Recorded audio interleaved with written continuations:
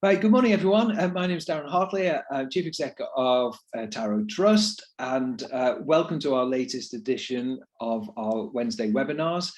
Today, we're going to be welcoming back I normally say I'll go welcome back Hannah Absalom, but today I can say welcome back Dr. Hannah Absalom because Donna has on Friday had her Viva and has passed successfully her PhD, I believe, in human geography. Is that right, Hannah?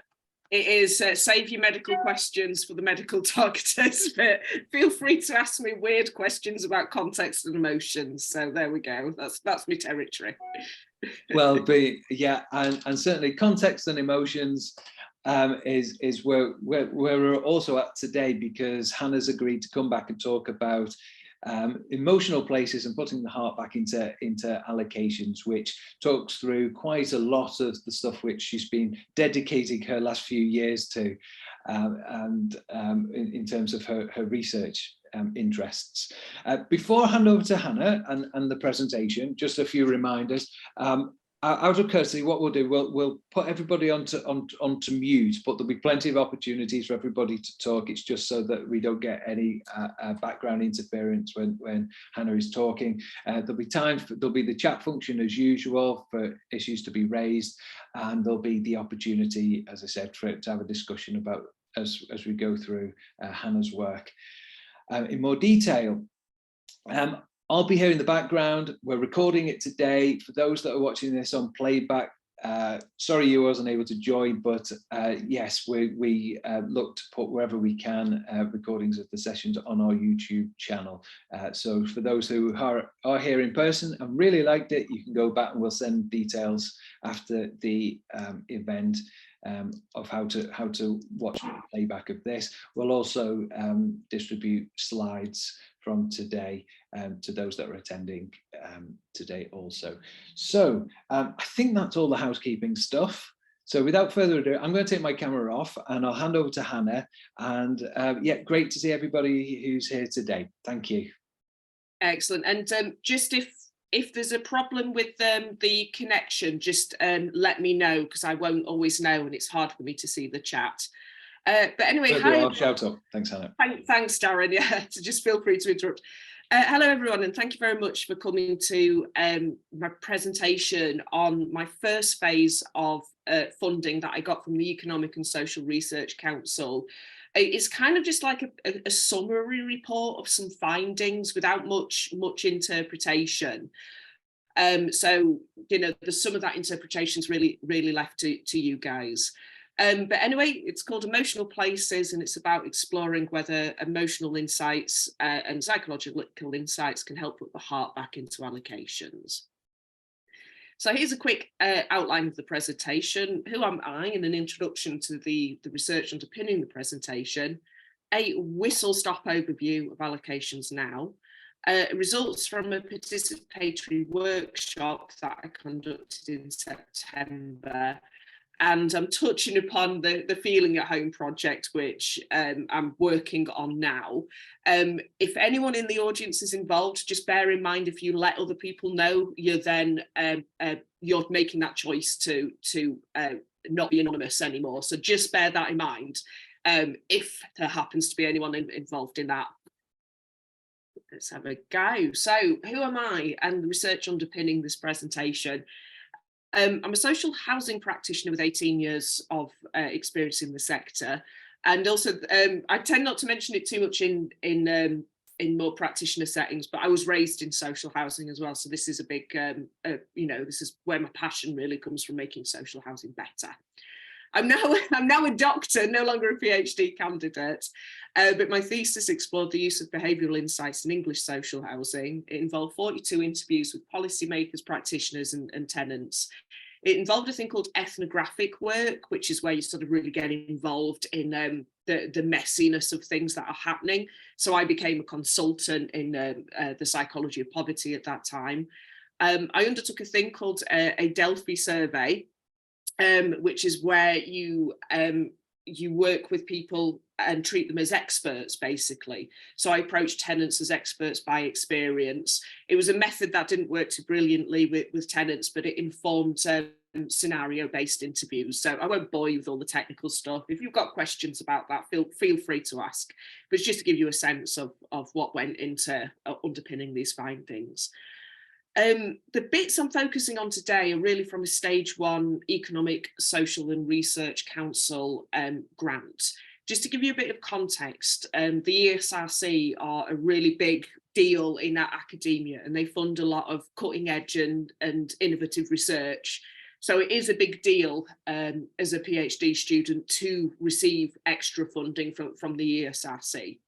So they gave us some money to examine psychological insights in housing allocations, and I undertook a mixed participant workshop on the 21st of September, and I undertook some experimental work with housing officers when I trained them in an introduction to trauma-informed practices. I chose trauma-informed practices because it's a very emotionally informed way of working. It's an area that's influenced a lot of homelessness practice, and it's also very present in related sectors such as domestic violence work. I focus very much on something called empathetic listening and emotionally attuned conversations, trying to explore those ideas of how to listen to tenants' emotions a bit more and work with a more trauma-informed understanding of how allocations processes can be reimagined.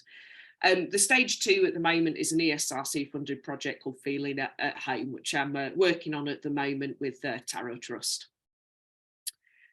A couple of reports are due out. I keep delaying them because they keep getting quite, I keep getting my time pulled in too many different directions. But my new aims for this are April 2023 for this first phase report, which is outlining the barriers to understanding the home as an emotional place. I'm just working on that at the moment. Darren's been absolutely golden in feeding by the processes that are inhibiting a more emotional understanding of the home. There's the report that's due to come out from the Feeling at Home work, and I've just started thinking about how that might work a little bit more today. That's going to be based very much on the current workshop work with tenants, and involve me writing up a draft and taking it back to the tenants I'm working with to get their feedback and input as well.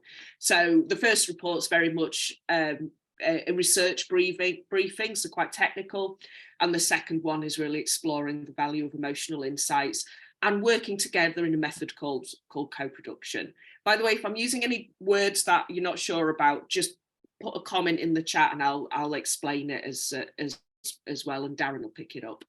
So that just gives you a little bit of some of the sort of broad context and some of the aims of coming out that I'm trying to get to come out of this research. But the first phase really focused on looking at allocations and reimagining allocations. So I'm just going to outline what allocations sort of broadly look like now to justify why they need rethinking. So from the perspective of the landlords, notice is given by a current tenant, there's a property inspection, there's void works to a scheduled rates, there's viewings by prospective tenants, and there's a tenancy sign up. The aim is to relet the property quickly at a low cost. This is very different to the incoming tenants' experience. There's a life event resulting in need, and these are often very complex and diverse events. You know, there's so much variation at that point. Incredible complexity navigating the local application process. Increasingly long waiting periods that can go on for years now, I think is something to bear in mind. They finally get offered a property, and then it's down to the tenant in the current process to turn the property into a home, make do with what they're given or abandon. And this is the best sort of picture I could find that I thought expressed the type of letting standards that social housing tends to work with. So not a brilliant state of decor, no carpets, no curtains. And I've started calling these empty box allocations. And when I'm delivering activity to the sector, I talk incessantly about the irrationality of giving an empty box to somebody who's trying to leave homelessness. But anyway, the aim for tenants really is to create a safe and secure home. That's a basis for living a life from. It's a very different aim to the landlords. So the key point really is there's a split in how allocations are administered and how tenants experience this process. And I describe it as there's this tension in cost saving versus new tenants wanting to escape housing precarity. And precarity is just a fancy word of saying insecurity, instability. So unaffordability, domestic violence, leaving care, exiting prison, exiting mental health services, anything where you don't have a safe and stable home would really be defined as housing precarity. And this disparity, in my view, is likely to contribute to tenancy failure, particularly for groups who are trying to exit some level of housing instability and insecurity. So I'm going to go through some of the findings from the workshop. And as I say, I've not really done a lot of interpretive work with these, because I think these are findings that are useful for discussion more than anything else.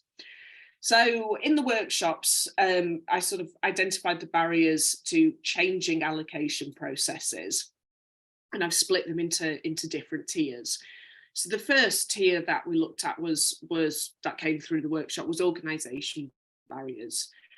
And some of these are incredibly complicated, and I think it does help to look at these to understand that, you know, there's a lot that needs to change in order for allocations to be reformed.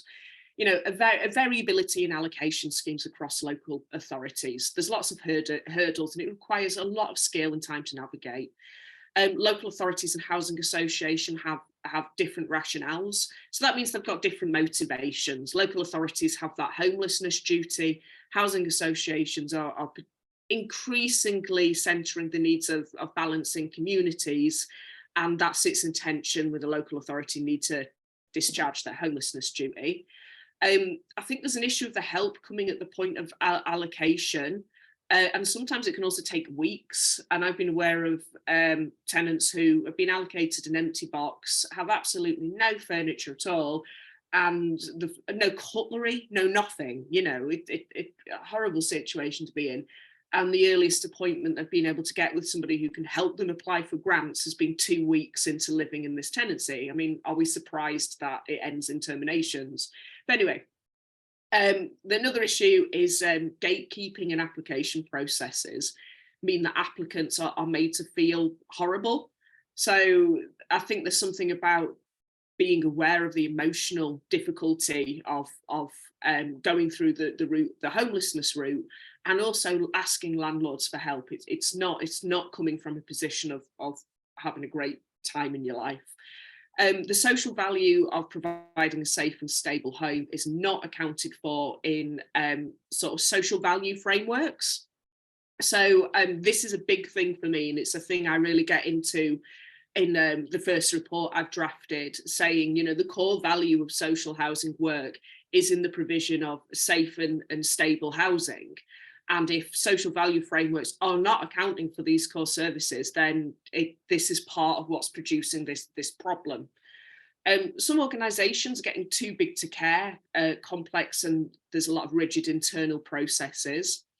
The perennial, constant problem that always comes up of not listening to feedback and acting on it. It's noted, it's there. We've talked about it a lot in the Feeling at Home project.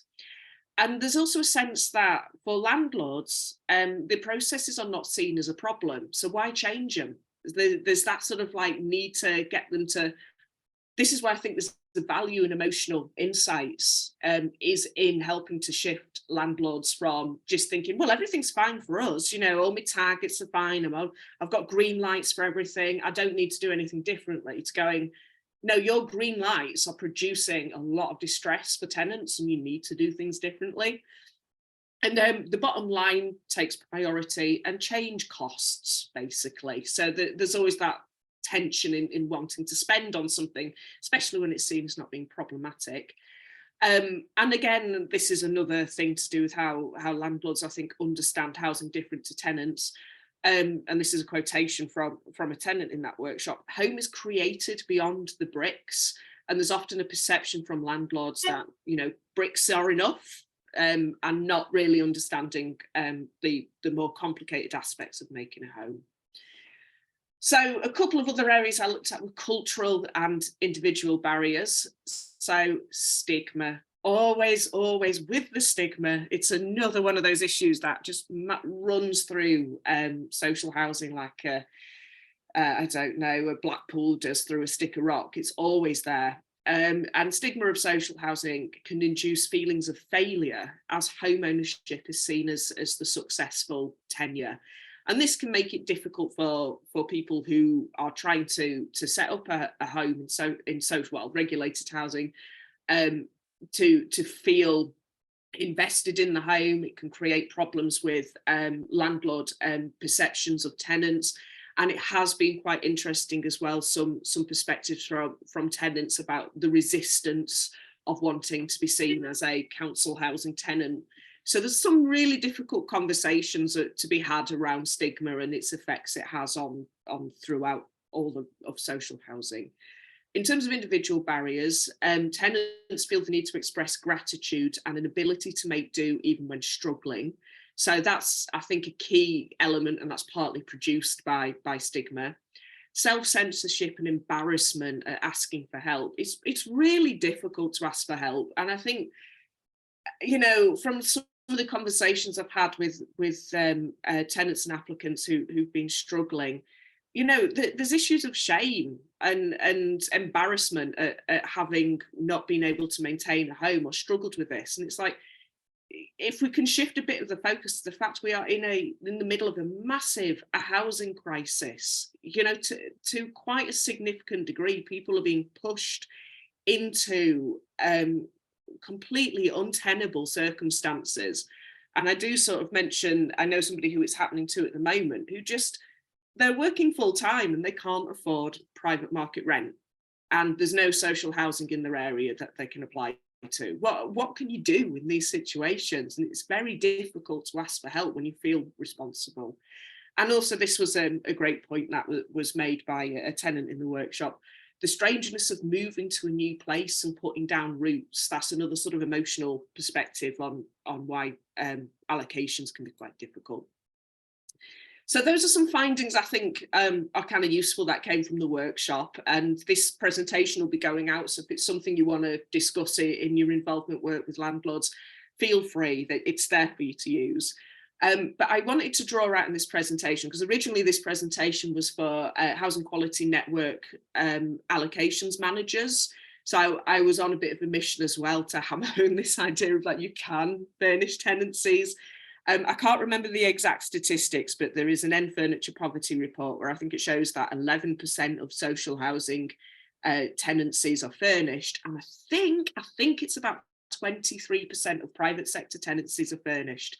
And to me, that just makes absolutely no sense. You know, it's something that, in addition to all of the emotional work I think landlords will benefit from, is furnish the tenancy for people who need it. So I really drew this out, you know, what are the inhibitors to furnishing tenancies as part of allocations processes? The process is standardised and does not account for the highly varied circumstances that result in allocation. And some of these processes that result in somebody coming into social housing are psychologically damaging and add to material hardship. So just to translate that, what I mean is when somebody's been in temporary accommodation for years, they might only have expected to be in temporary accommodation for a few months. And as the years go on, they can't afford to keep their items in storage anymore. They feel, they have this increasing sense of insecurity in terms of their environment. They might get moved frequently.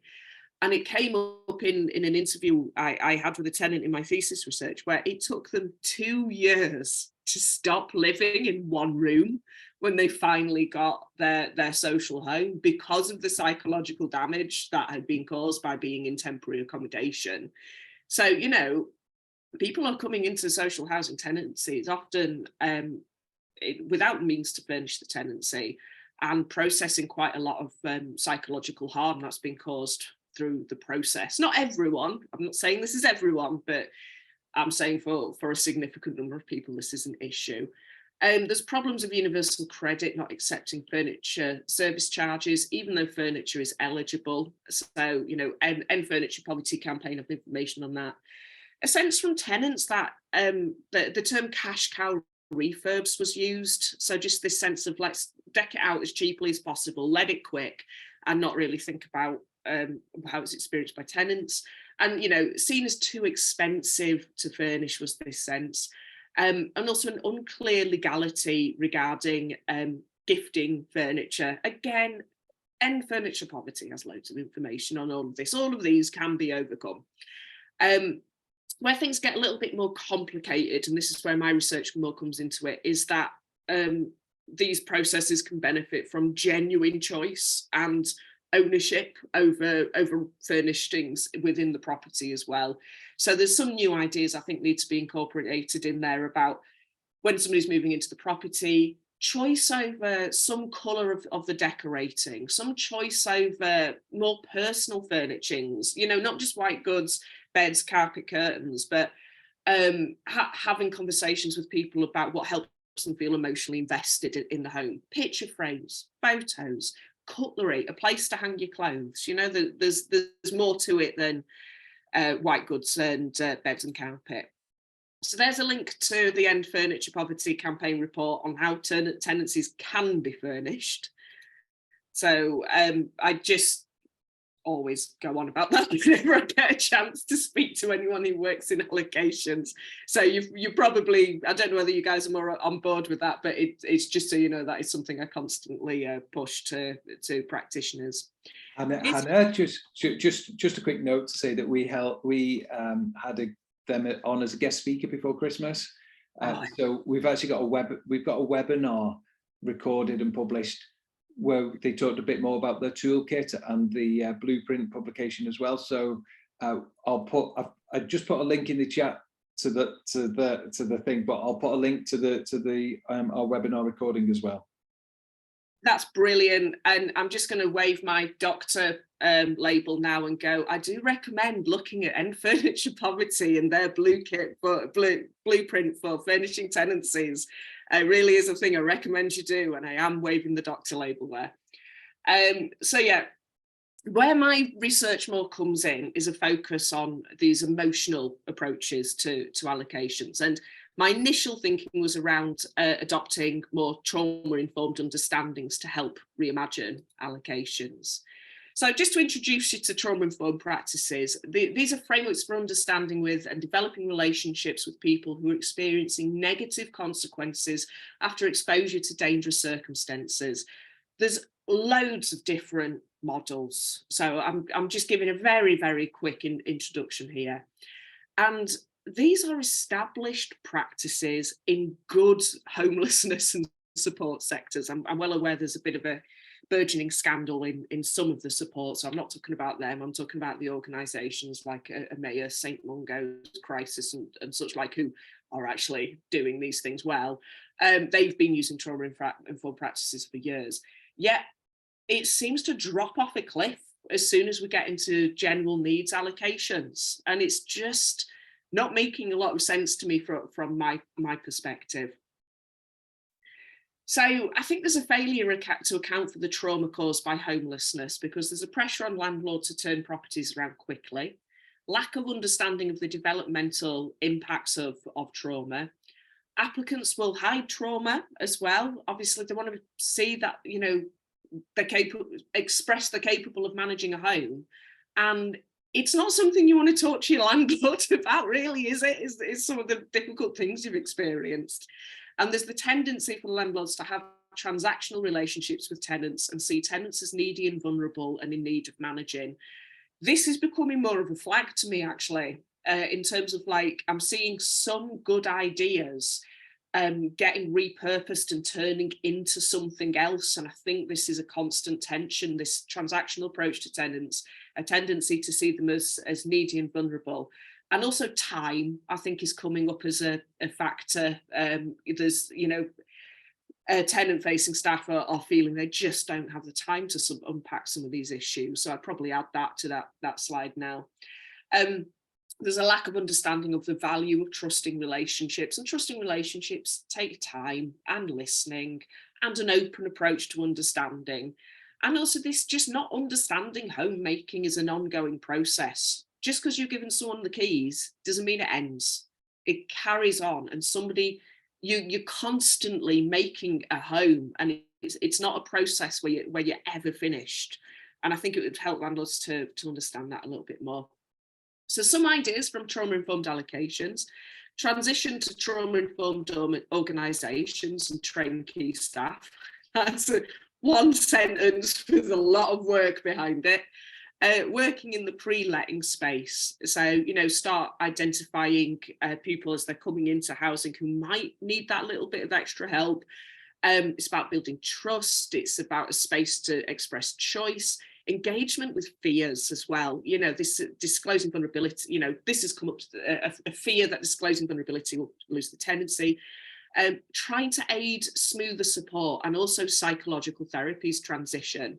Certainly when I've looked at homelessness research, people who have come from very supportive and well-managed homelessness environments have described getting a general needs tenancy as terrifying and lonely. And it is the home that's stable to other people who haven't come from this pathway introduces a great sense of chaos from them, because they're on a cliff edge and they aren't getting the continuation of psychological support. They haven't got access to the community that they had in the homelessness support. So, there is this sort of sense of how can we help people psychologically adapt to the stability of living in a general needs home. And again, I'm saying it's not everyone, but some people will benefit from this.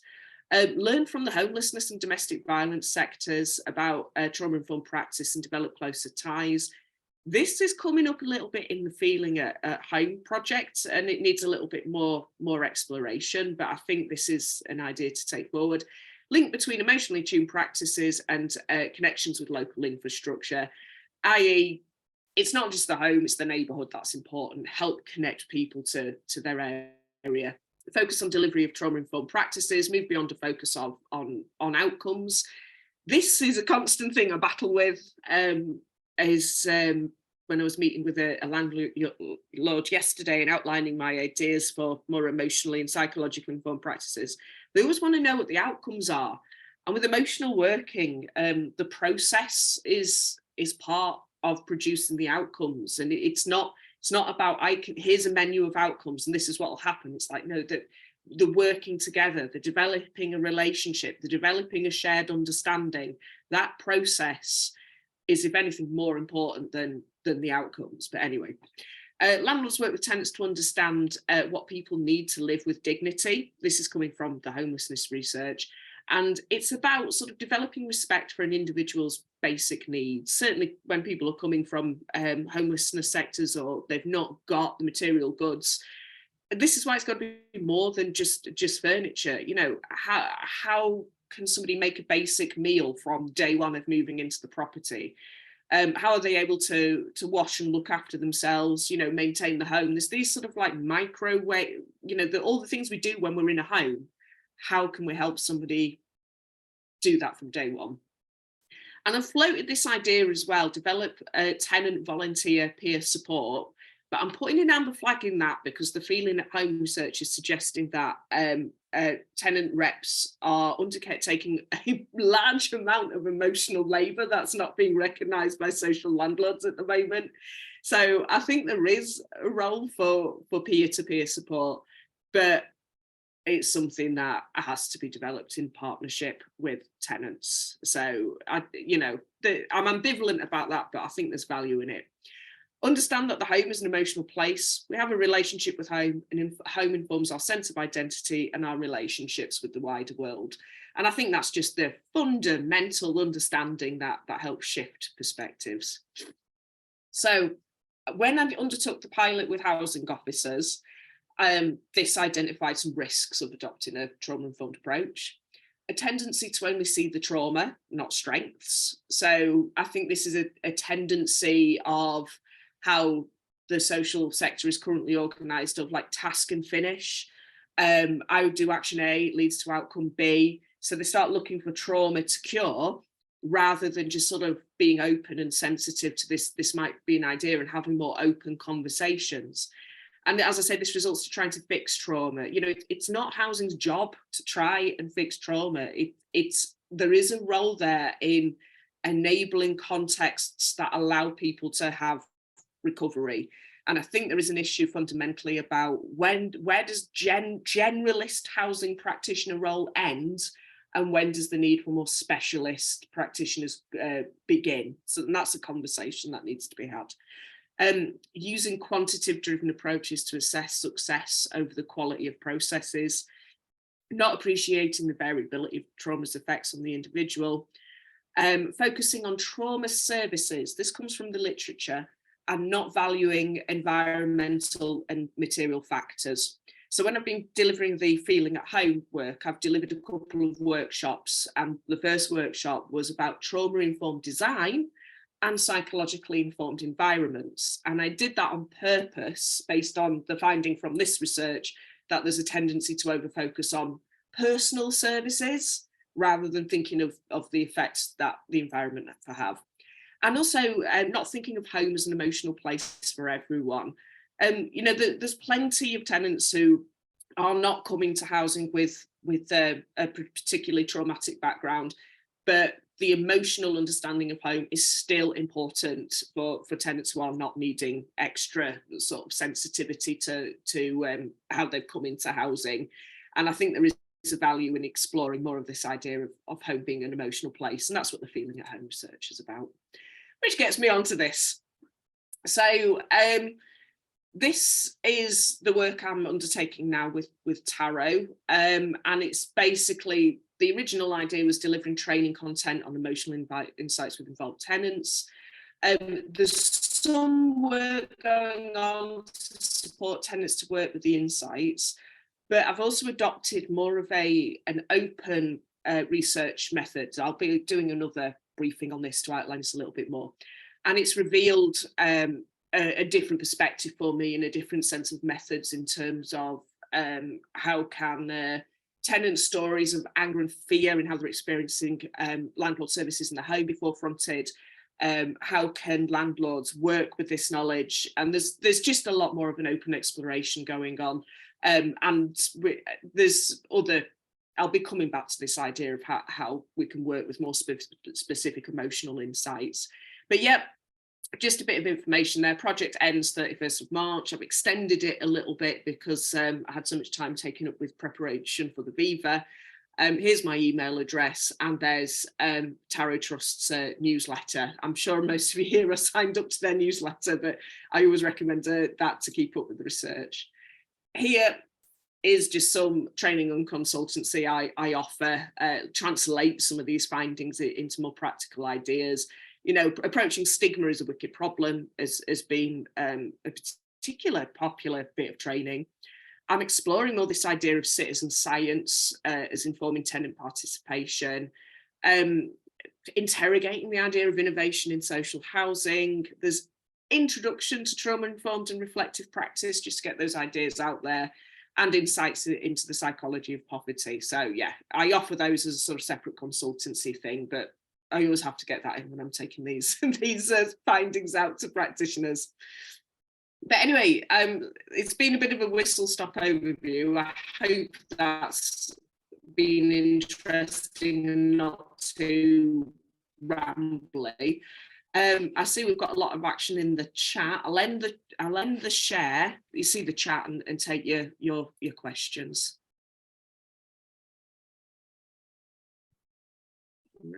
Right. So John's hand up was up straight away. So let's go straight across to John. Notepad out. I just needed to unmute. Interesting presentation, Hannah. And with all the requirements that are going to be placed upon managers of organisations, tenants have long felt that empathy was missing in conversations with staff, Yeah. there are going to have to be significant training done to get staff to understand that you're dealing with a person. They Yeah. see it as allocating, as you put it, an empty box. Yeah. And it's not always an empty box in good repair. Yeah. So I think that we as tenants are going to have to encourage organisations to really train their staff into dealing with the person and not the property. I couldn't agree with you more. And I think this was my first phase of research where I sort of cottoned onto some ideas with trauma-informed practice. And I think in the Feeling at Home project, it's evolved a little bit more into sort of like a wider emotional understanding of the home, and really exploring the means of understanding tenants' emotional experiences of the home and how landlords can connect with this. And I'm certainly flagging up quite a few areas that are requiring training outside of housing management. Contractors has come up as one. And I think there is a whole suite of extra work about this, but also it's not just about the training. It's trying to get the sector to understand that it's about working together with tenants and going through this process of understanding, like developing the shared understanding together and re-looking at services as well, and not thinking it's something you can just do once, but something that you keep doing. So for larger organisations, ones that have multi-regions, just because you've done one project with, I don't know, understanding the needs of care leavers in Birmingham, how can we help them to have better housing outcomes? That process of developing that understanding and training up the staff in that area needs to be done again, because the young people in Barnsley are going to have a different set of needs to those in Birmingham. The young people who are living in more rural communities will have a different set of needs to big cities. And it's the process, not just the training, I think is something, and it's hard to communicate that. But yeah, empathy is just bang on there, I think. Thanks for that, John. I think one of the things that they do need to take into account is that ethnicity and religious concerns. I think in Barnsley we're not very good at that. Hopefully in Birmingham they've got a lot better. Birmingham and Leicester, I'm talking that, where there are huge connotations with ethnic minority groups or ethnic groups that have different cultural understanding. There's still some good stuff in Barnsley. I can't remember the name of the last of just the project, but I know I worked with somebody who was doing some good stuff there. But yeah, but that's a classic example of regional variation. Birmingham is totally different to Barnsley, and Bradford again is totally different to Birmingham and Barnsley, and this is why the process is important. But is it okay if I just move on to another question, John? Is that okay? Thanks for that. Sandy, I saw your hand next. If you'd like to unmute, that would be great. Yeah, actually, it's absolutely brilliant. The presentation was great. It's really interesting, makes you think. I mean, I've writing down some things now as you're going through it, and not listening to fit and not listening to feedback, because they are getting too big. A lot of landlords are getting too big to actually spare the time to do that. The stigma is always going to be there, and sometimes that's caused through staff having to deal with or feeling they're having to deal with very needy people, and sometimes that can come out between themselves, and that then proliferates throughout an organisation. And you're so right, sometimes tenants do feel the need to express the gratitude for having somewhere, even though they've been plonked into that empty box. They're so grateful for it, and they do have to display the ability to make do and mend, in other words.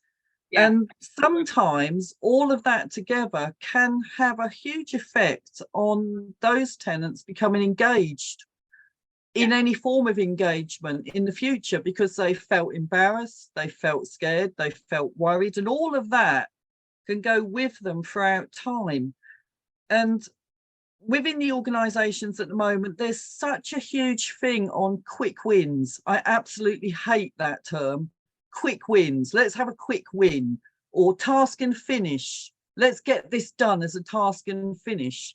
And all of that does miss out, as John says, empathy. It doesn't exist within a quick win or in a task and finish group. It's gone. So thank you. Absolutely does make you double think on a lot of things.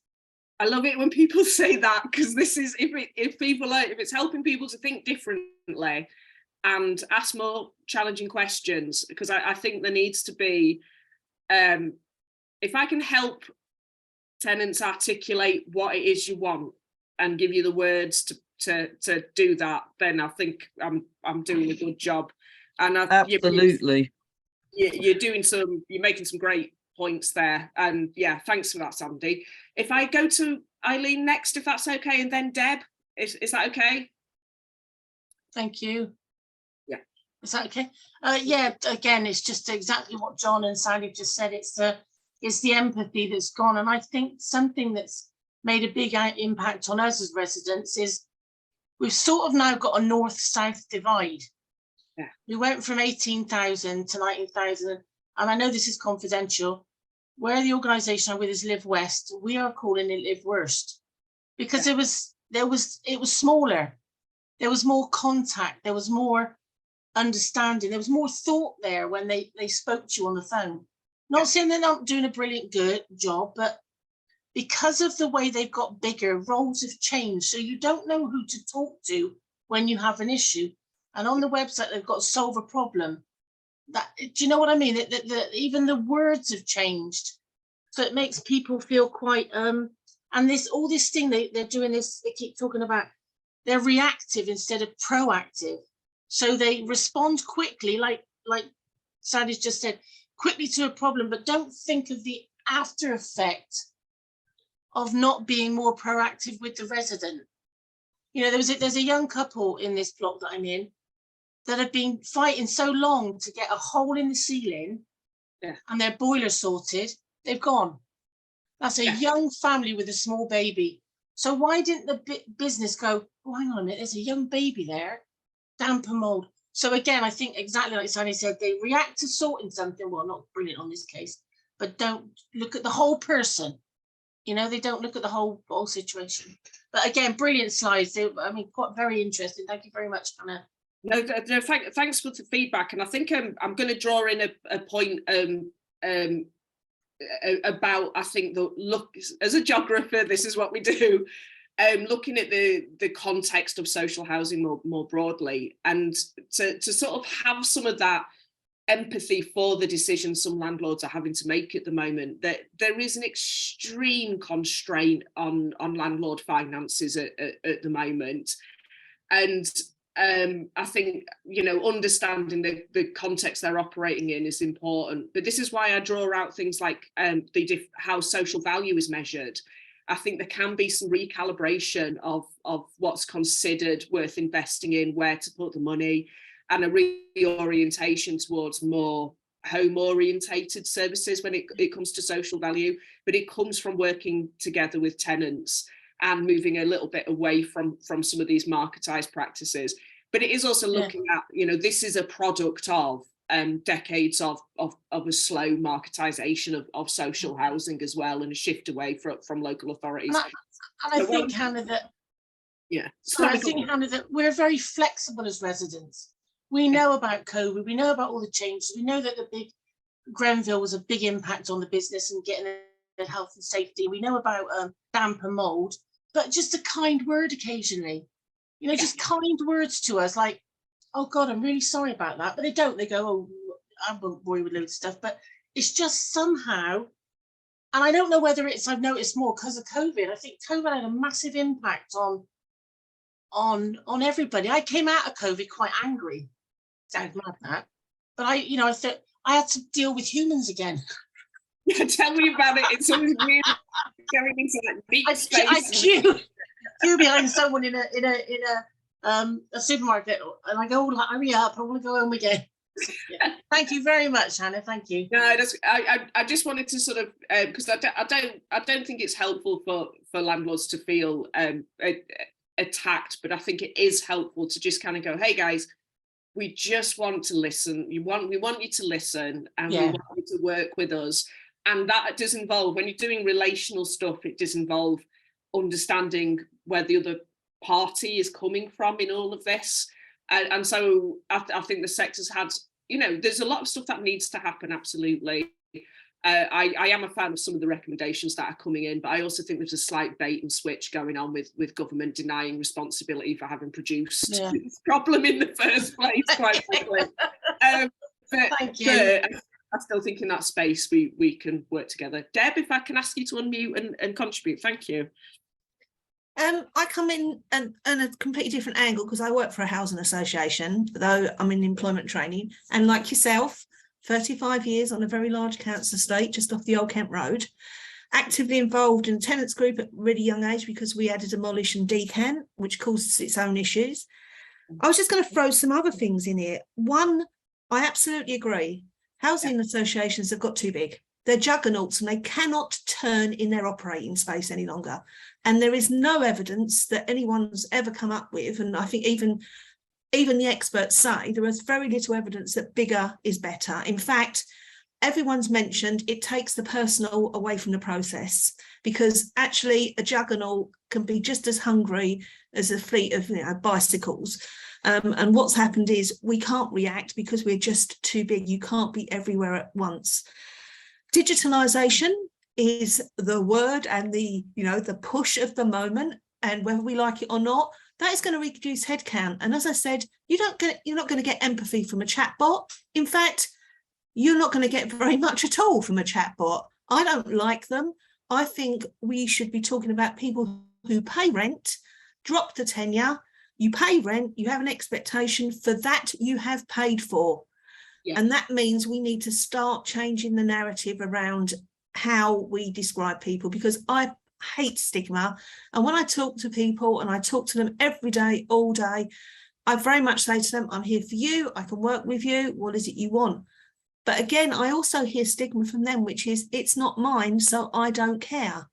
So we've got to change the narrative completely from everyone who's involved in this, or we're never going to get a community that's any kind of homogenization going forward.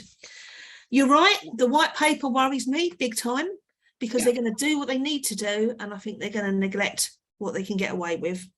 I think we've got a big issue. We've got retrofit, we've got damp and mold, and we're getting calls from people who've got 2 square inches of damp and mold, and we've got people who genuinely have huge issues with the nature of the building, water, how these buildings were constructed. And you've got to deal with all of that now. And there's a panic. There's a panic about the level 4/5, which is, if you read the amendment to the white paper, is going to be for execs and senior managers. And I think they're going to run scared of that. And that's going to cost time and money. And yet it's another drain on where they should be doing their jobs, and they're going to get diverted onto some other tact. I think voids are an enormous issue. The state of voids, please don't think, I've seen voids, and honestly, I have no idea how they've managed to do what they've done and how they've managed to live in it. They've taken everything of any value out of it, they've demolished it, and yet when we've got other voids where we do strip things out because we're worried about liability. Should we be? No. But have we been sued? Yes. And have we been attacked for leaving things that actually we thought might be useful? Yes.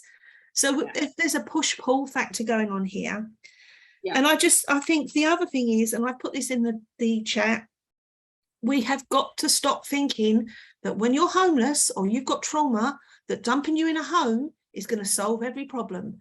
Because the amount of agencies, organisations, local authority and support that disappears when they go, you got keys now, bye, is enormous. We can't access local authorities, services.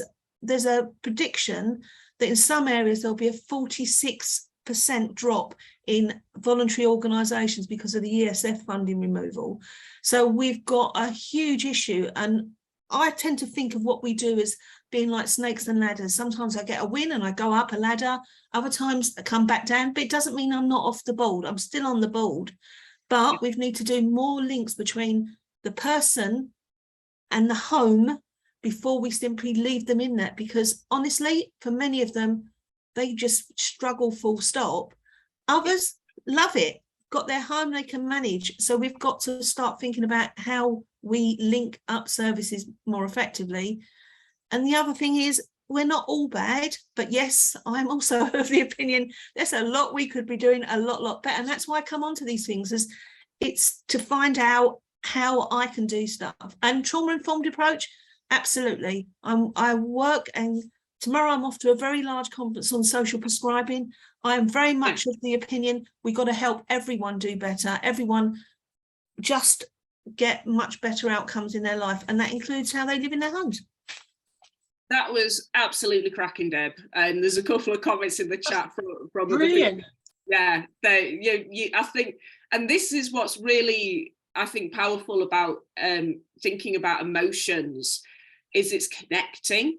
So rather than thinking about services and sort of responsibilities, they're there. It is important to know who's responsible for what and those contours of things. But there are a lot of people who are working in social housing who do genuinely care, and I sometimes describe them as they're like caught in organisational amber. It's all got quite sticky, and they're restricted on being able to sort of express that care. And I think more emotionally attuned approaches can potentially, unlock some of that care and open up that connectivity between tenants and practitioners who really do care.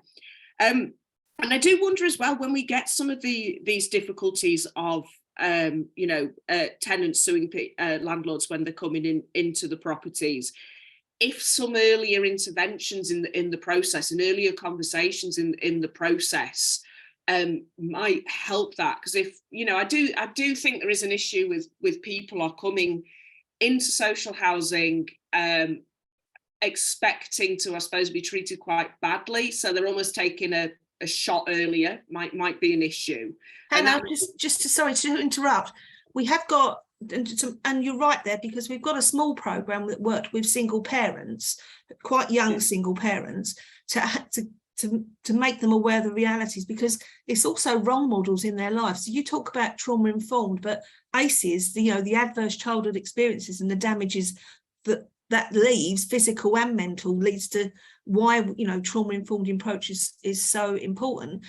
Also impacts on the lack of awareness of just how to function in their community. And we do have some projects, but honestly, there's not enough, because again, they're all struggling for the same tiny pot of funding. And this is where this is why I keep coming back to in this recommendation in this first report. And it's not perfect. There's so many big problems here. I'm picking up a few things. A recalibration of how social value is done, and then more of this sort of coordination of services that are actually beneficial to tenants. So one thing that's come up in the Feeling at Home research is the benefit of domestic violence specialist services. There's a lot of women who are coming into, there's particularly women who are coming into social housing through domestic violence experiences, issues of sexual assault. I can't think of a single female friend who has not experienced sexual assault. I mean, these are things that I think, if can cause problems with relationships with the home, and feeling safe in having contractors in the home and things like that. And I do keep coming back to this issue of when is the cutoff point for generalist practitioners, because can't know absolutely everything, and the role for more support, basically. And I think this needs to come up from emotional conversations with tenants who identify what services have really helped them and build it up from there. But Deb, I'm really pleased you've come in and you've joined the conversation, and it shows that value of, if we can come together, share emotional understandings, I think we can make housing better. I'm just going to go to Mary next. Would you like to say your piece, Mary? That'd be brilliant. Yeah, thanks. It's so interesting. One of the things I wanted to ask, if anyone has any experience of, is like residents associations or tenant to tenant, you know, portals, communication platforms, something like that, because it was something I've been thinking about a lot, and I wrote down during your presentation where you said that you felt peer-to-peer support could be helpful, but you know there were risks or difficulties there. But I was wondering, given that there is like a tone change that's required or a breaking down and easing of barriers, I wondered if there was a possibility, if people have had experience of where you've got tenant to tenant engagement that's not scrutinised, you know, upfront by the housing provider, if that might start that shift and dialogue and narrative change, you know, just opening that up space up to people to get involved if they want to and not if they don't. That's why my question. Could you unpack that a little bit more? I didn't quite get what you were saying. Sorry, that was sorry. It's about, well, I suppose a resident association, you know, because there are some, aren't there, around residents associations, or I know it's something we've raised, you know, with our resident forum, and in my housing association there is going to be this opportunity to rethink the tenant involvement package alongside TPAS, you know, in April and May, which is really good. But one of the things I've really thought about is the value of having this space where tenants can engage with tenants or residents can engage with residents that isn't quickly scrutinised. Because at the moment with my housing provider, they do have these dialogue possibilities, but you're watched, as it were. Can I come in, Hannah, on that? Yeah, just directly in response to the points that Mary was raising there is for a start, we've seen a massive reduction, haven't we, in tenant and resident associations, and that's been, I hate to say it, to a large extent, a big consequence anyway of policy changes that we've seen in the sector. So it used to be the case that landlords, and particularly local authorities, I must say, would automatically both provide resources, support, places like meeting spaces for tenant and resident associations to be set up, to operate, to function, but not get directly involved in the range of activities that they were. So it would be tenants that would set the agenda. It would actually be a really valuable source of feedback and information and shaping of services based on what was important to tenants within that local area. And I think the shift to tenant panels or scrutiny panels, as we saw appeared in some of the legislation in this area, meant that landlords were setting up their own. They were then servicing them. They were setting the agenda, and it's resulted in many of those independent bodies falling by the wayside. There is some research, and I know Hannah has highlighted, so I'm going to contradict Hannah a little bit there, because I'm aware that there is some. So yeah, it's the shock and horror of doing so. But there is some other research that we're aware of that was done exactly into peer-to-peer support. Again, it's for some doctoral research study by a chap called John McCormack. And I've noted that there's some comments that were made by Deb in the chat around Southwark, because he was actively involved in Southwark, where he was doing some of this work. And we did some work a few years back with John exploring this a bit further.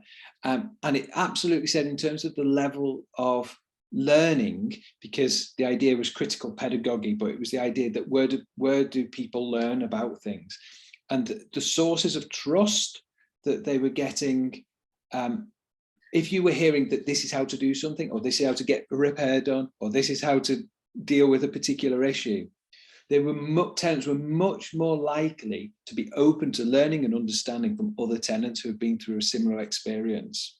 and actually would be actively suspicious of that if it was coming from what they saw as a position of authority, i.e. the landlord saying, oh, this is how you do it. It's looked at immediately through a lens where you would say, not so sure I'm going to believe it. You say that, I'm not sure it's going to work. So what they did was as part of that was the peer-to-peer learning, and we really think that there's an opportunity. And we pushed for this. Our next webinar towards the end of this month is on this new fund for empowering, as I think is what the term resident empowerment and learning fund, or I think it's going to, by the point we get to the webinar, it's going to have a different name. It's not a very nice name, is it? But it's going to have a different name, I understand.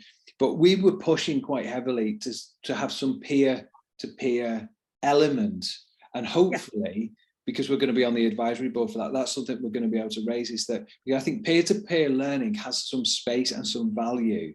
I do agree, Darren. I think the point I'm trying to make is what's come up in the feeling at home research is the unseen emotional labour that happens when tenants are undertaking this peer-to-peer work. And my sort of perspective on it is as landlords have shifted more to marketised, rationalised practices, it's shifted this emotional burden that's not being seen onto tenants who are undertaking this more invisible peer-to-peer work. So the reason why I've amber flagged it is actually, yes, I'm sat here as a researcher going, I agree with you 100%. There is this deep value in peer-to-peer stuff, but it sits in tension with the emotional labour we're expecting from tenants. And I'm flagging it as something that requires more investigation. And I think I was interested with, I think Mary's started unpacking that idea a little bit more. Now it's been flagged. And I think there are conversations to be had probably outside of the scope of the feeling at home research about, how, because there's this need for tenants to freely support each other without the gaze of the landlord, but there is also the need for the right information to be shared, a little bit of a sense of when might it be appropriate. Say, let's go back to the issue of domestic violence. It's really important to have a community who's sensitive to this and aware of what's going on and offer that type of capability. But is there a role for like a more specialist service to be able to come in and for tenants to be aware of that more specialist service? And I think it is just about these crunchy edges between what's generalist practice, what's the burden tenants are taking on to fill this gap in practice, and when do other specialisms need to come in, and it can only be determined on a case-by-case basis by having the conversations and starting with this more emotional perspective is my argument. So I'm not in disagreement with you, I just temper that a bit by kind of going, I worry, I just talked to somebody about this notion of tyrannies, about how when an idea runs away with itself, it becomes this framework through which we approach everything. And you saw this a bit with the big society and volunteering. I love volunteering. I'm a volunteer manager. I'm accredited in that, and I volunteered myself. But as soon as it became this expectation in the big society, it became something else. So I just try and maintain this sort of like reflective ambiguity with these things. But we're running a bit out of time. Sorry, Hannah, just to come back just now, I'm glad that we are on the same page there, because I think it's helpful to explore that further. I think the other bit though is about creation of safe spaces where tenants can have those discussions without kind of the landlord shaping or influencing those decisions and the burden that it puts on that. The other bit though is that we're out to consultate. Well, I say we. The government is out to consultation at the moment on its direction to the regulator on tenant empowerment and mutual exchange.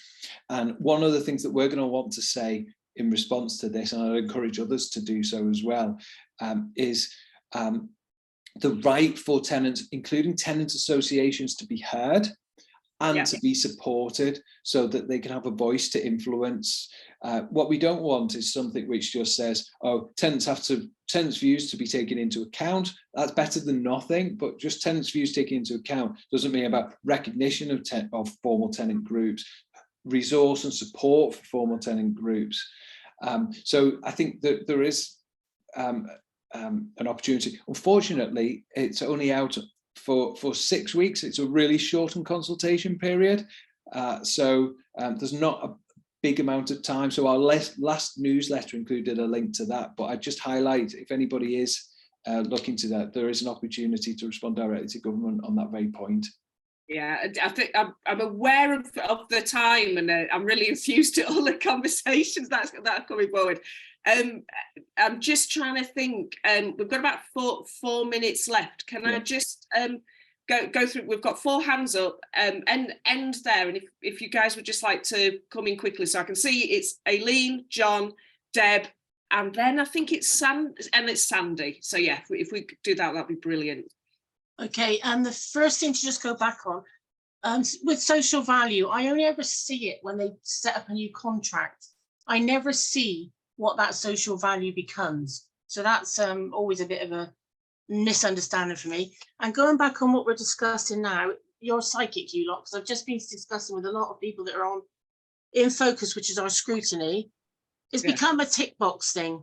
We're just ticking boxes.